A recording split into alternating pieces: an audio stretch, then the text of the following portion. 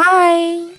ஹாயா உட்காந்து நல்ல ஒரு மூவி பார்த்து முடிச்சுட்டு ஈவினிங்காக ஒரு சேலட் மாதிரி பண்ணி சாப்பிட்டோம். டேஸ்ட்டு சூப்பராக இருந்துச்சு.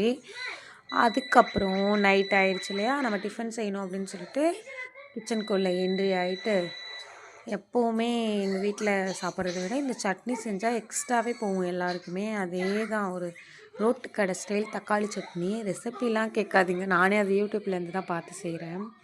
சூப்பராக இருந்துச்சு.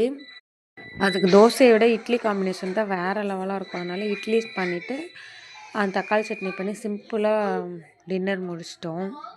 இதே மாதிரி நீங்களும் யூடியூப் பார்த்து சமைச்சதா அதே மாதிரி வந்திருக்கான்னு சொல்லிட்டு மறக்காமல் எனக்கு கமெண்டில் சொல்லுங்கள். நான் சில இதெல்லாம் பண்ணியிருக்கேன், சொதப்பியிருக்கு. ஒரு சில இதெல்லாம் நல்லா வந்திருக்கு. அதில் இதுவும் ஒன்று. அதே டேஸ்ட்டு அப்படியே சூப்பராக இருக்கும். இன்னமும் நான் அடிக்கடி எங்கள் வீட்டில் செய்கிற ரெசிப்பியில் இதுவும் ஒன்று.